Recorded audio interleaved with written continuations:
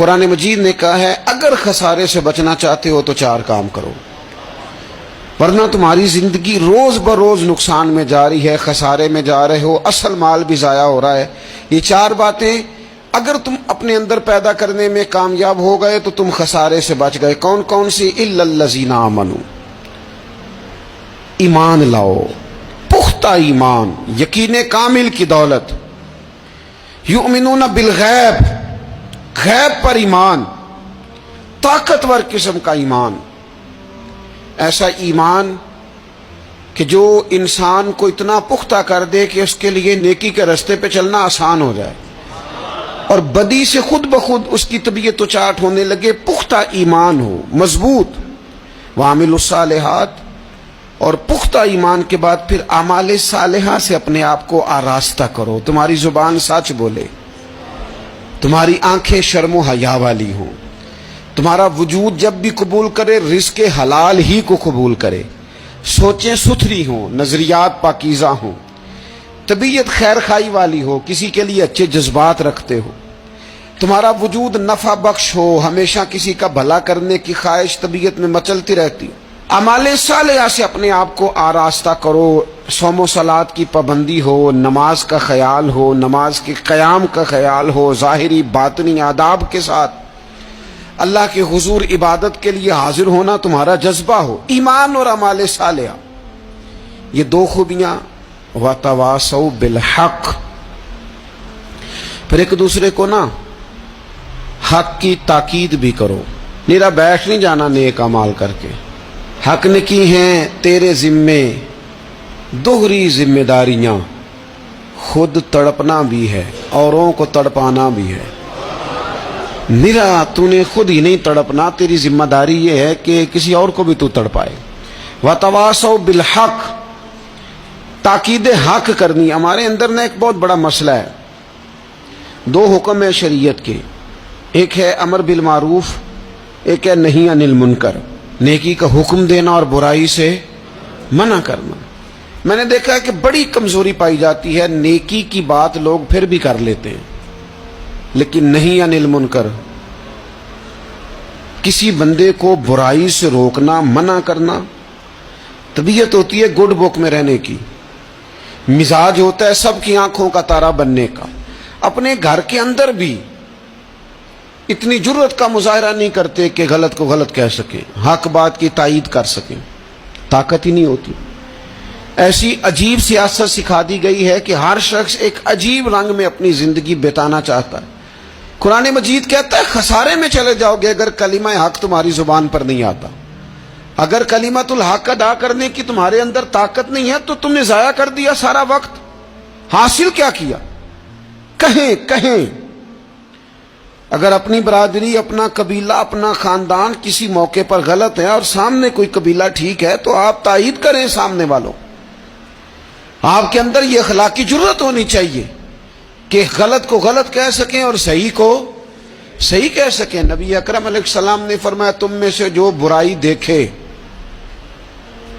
وہ چاہیے اسے کہ وہ ہاتھ سے بدل دے، مظاہرہ کرے جرت کا کہ میں نہیں ہونے دوں گا، اور فرمایا اتنی طاقت نہ ہو تو زبان سے ہی کہہ دے، اعلان کرے برائی کے خلاف، اور فرمایا یہ بھی نہ کر سکے تو دل میں ہی برا جان لے، ذالک اضعف الایمان، یہ کمزور ایمان کی علامت ہے۔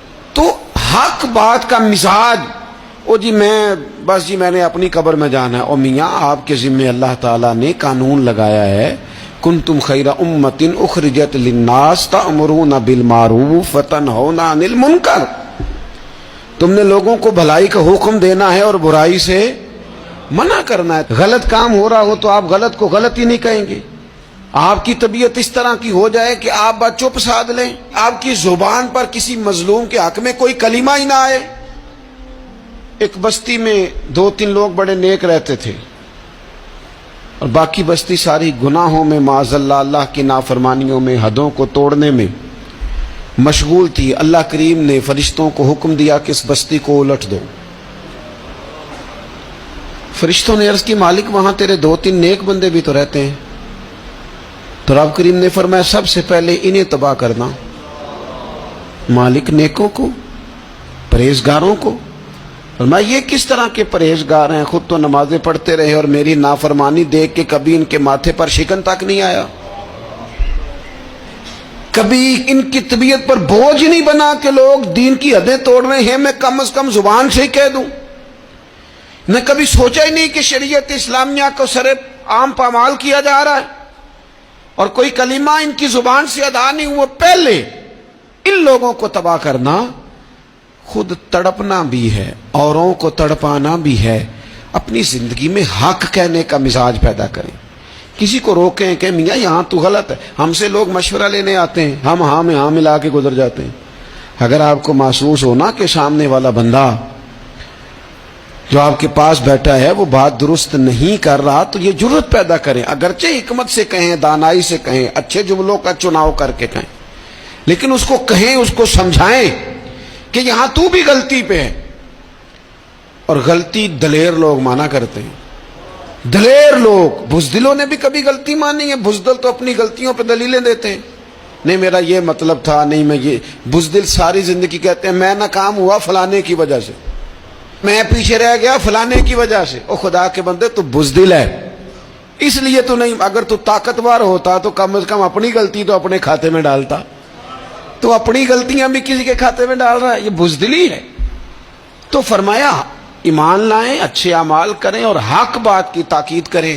اچھا جب حق بات کی بات کریں گے تو یہ ہو نہیں سکتا پھر تکلیف نہ آئے، پھر مخالفت نہ ہو، پھر ساری دنیا ٹھیک ہے، یہ ممکن نہیں ہوتا۔ اب مشکل آئے گی تو فوراً کہا وَتَوَاصَوْا بِالصَّبْرِ، ایک دوسرے کو صبر کی وصیت کریں۔ مشکل تو آئے گی، جب آپ حق بات کہیں گے تو کچھ لوگوں کے مفادات پر چوٹ بھی لگے گی، کچھ لوگ مخالفت بھی کریں گے۔ آپ کی زندگی اگر صبر و تحمل والی ہے تو آپ کوئی کام کر جائیں گے، آپ کوئی مشن اس کی تکمیل کر دیں گے اگر مزاج میں صبر ہے، اور اگر صبر نہیں ہے، ٹھہراؤ نہیں ہے، چند قدم نہیں چل سکتے، تھوڑی دیر بھی آپ آگے کی طرف نہیں بڑھ سکتے اگر صبر نہیں۔ ایک تو یہ ہے نا کہ میرا کمپنی میں گزارا نہیں ہوتا، ایک تو یہ ہے نا کہ میرا دوستوں میں گزارا نہیں ہوتا، اور ایک تو یہ ہے نا میرا دفتر میں صبر نہ ہو، ذمہ داری سے کہہ رہا ہوں، صبر نہ ہو تو ماں باپ سے بھی گزارا نہیں ہوتا۔ میں ذمہ داری سے کہنے لگا ہوں صبر نہ ہو تو بیوی بچوں کے ساتھ بھی گزارا نہیں ہوتا۔